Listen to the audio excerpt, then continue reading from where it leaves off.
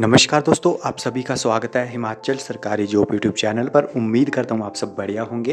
Himachal Pradesh police constable भर्ती 2025 police भर्ती का मामला कोर्ट में फंसा। अब क्या होगा जानिए। पुलिस भर्ती वालों के लिए जो काफ़ी बड़ी बुरी खबर निकल कर आ चुकी है, क्योंकि मामला जो है कोर्ट में गया हुआ है। तो अब वकील के द्वारा जो इसके ऊपर कुछ बयान दिए गए हैं, तो आपको हमारी इस चैनल पर जो है ये वीडियो दिखाई जाएगी। तो आपने इस वीडियो को ज़्यादा से ज़्यादा शेयर करना है, और आपके क्या राय है तो आपने कमेंट बॉक्स में ज़रूर बताना है। तो चैनल पर नए होंगे, चैनल को भी जल्दी से सब्सक्राइब कर दीजिए आप, और व्हाट्सएप ग्रुप को नहीं ज्वाइन किया है तो जल्दी से जाकर ज्वाइन कर लीजिए, क्योंकि जो भी खबर आ रही है हमारे व्हाट्सएप चैनल और फेसबुक पेज पर जो है डाली जा रही है, तो आप जल्दी से जाकर ज्वाइन कर सकते हो। लिंक जो है डिस्क्रिप्शन बॉक्स में दिया गया है। तो आइए जानते हैं कि क्या कह रहे हैं वकील। क्या है और आगे 15 जून 2025 को पुलिस का जो स्क्रीनिंग टेस्ट है वो 18 सेंटर्स में हुआ पूरे हिमाचल में, जिसमें वो कैंडिडेट्स थे जो फिज़िकल टेस्ट जो थे वो क्लियर करने के बाद आए थे, और पब्लिक सर्विस कमीशन द्वारा ये टेस्ट जो है वो कंडक्ट किया गया। और इस टेस्ट में भारी पैमाने पर चीटिंग हुई, धांधलियाँ हुई, इरेगुलरिटीज़ हुई, और ज़्यादातर जो सेंटर्स थे उनमें 18 तो सेंटर थे, उन सब में जो सीसीटीवी कैमरे थे वो काम नहीं कर रहे थे। जो कैंडिडेट्स इस टेस्ट में अपीयर हुए उनकी तरफ से कम 1600 के करीब जो ईमेल्स हैं वो पब्लिक सर्विस कमीशन को भेजी गई, और कहा गया कि इसमें धांधलियाँ हुई हैं। लेकिन पब्लिक सर्विस कमीशन की तरफ से इस सारे मामले में क्लीन चिट दे दी गई, और कहा गया कि इसमें कोई धांधली नहीं हुई है। जबकि कांगड़ा में 2 लोगों को कांगड़ा पुलिस ने पकड़ा। उन लोगों के पास जो मटेरियल मिला उससे ये साबित हो रहा था कि उन लोगों ने जो टेस्ट है, जो एग्ज़ाम हुआ, उसका जो क्वेश्चन पेपर था उन्होंने लोगों को 4-4 लाख रुपए में बांटा। कम से कम 30 जो कैंडिडेट थे उनके संपर्क में आए, और इन सब की कांगड़ा के जसूर में मीटिंग हुई। ये कांगड़ा पुलिस की जो इन्वेस्टिगेशन है उसके अनुसार बता रहा हूँ। और उसके बाद 17 तारीख को, ये 13 तारीख को इनकी मीटिंग हुई, यानी कि एग्ज़ाम से 2 दिन पहले जसूर में। और ऐसा माना जा रहा है कि इसमें जो है भारी पैमाने पर जो क्वेश्चन पेपर था वो बांटा गया उन 2 लोगों द्वारा जो पकड़े गए हैं। और उसके बाद 17 तारीख को ये लोग पकड़े गए, यानी एग्ज़ाम के 2 दिन बाद। एग्ज़ाम से 2 दिन पहले इन लोगों ने मीटिंग की, और एग्ज़ाम से 2 दिन के बाद ये पकड़े गए, यानी 4 दिन के अंदर क्या क्या हुआ ये आप खुद अंदाज़ा लगा सकते हैं। और जब इनको पकड़ा गया तो कांगड़ा पुलिस ने इनको कोर्ट में पेश किया गया। कोर्ट ने इनको 5 दिन की पुलिस रिमांड दी, यानी इनके खिलाफ सफिशेंट मटेरियल था, तभी इनको 5 दिन की जो है पुलिस कस्टडी जो है कोर्ट ने इनको दी।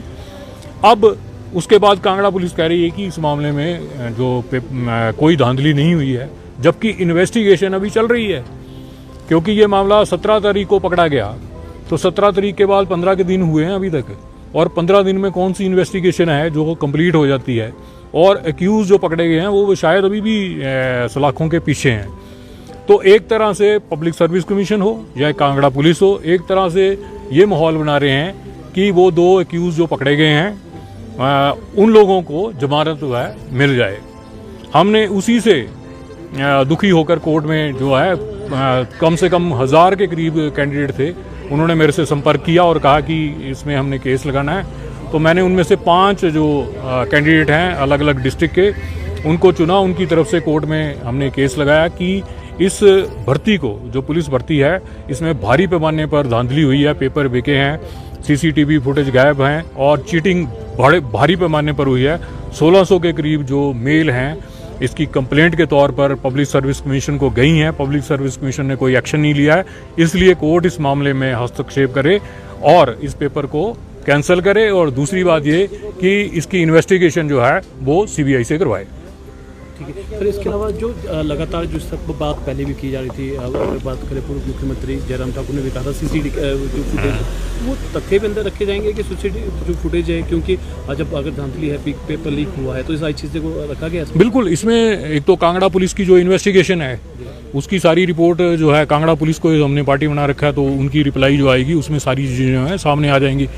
दूसरी बात ये है कि पब्लिक सर्विस कमीशन इसमें पार्टी है। हमने कहा है कि सीसीटीवी फुटेज जो हैं वो नहीं दिए जा रहे। हमारे जो कई कैंडिडेट्स हैं उन्होंने आरटीआई लगाई, उन्होंने कहा कि हमें सीसीटीवी फुटेज की जो है वो दी जाए, फुटेज दी जाए।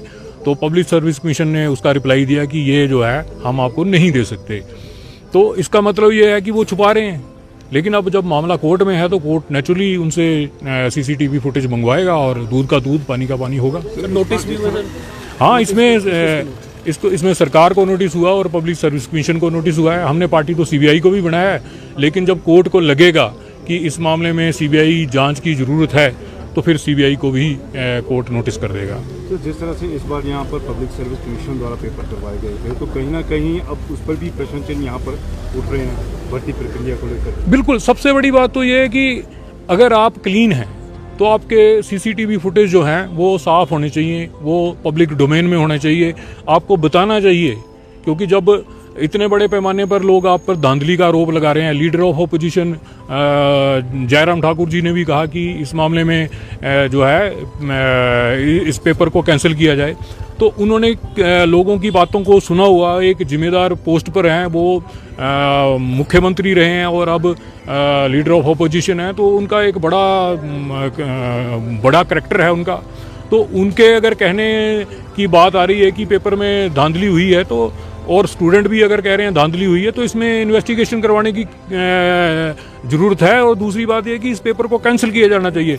जयराम सरकार जब थी तो पुलिस भर्ती जो थी वो कैंसिल हुई थी, तो उसी लेवल पर ये है, दोबारा से इसके पेपर होने चाहिए। तो क्योंकि जो बच्चे हैं उन्होंने दिन रात मेहनत की हुई है, और कोई लोग चीटिंग करके या पैसे से पेपर खरीद के अगर उनसे ऊपर आ जाते हैं तो उनके ऊपर क्या बीतेगी। एक तरह से आप जो टैलेंट है उसके साथ खिलवाड़ कर रहे हैं। तो अगले हियरिंग पे क्या क्या रखा है कोर्ट ने? और कोर्ट ने रिप्लाई मांगा है उन सारे जितनी भी पार्टियां हैं सबसे रिप्लाई मांगा है कि आप अपना जवाब दो, जो हमने एलिगेशन लगाए हैं उसका जवाब दो।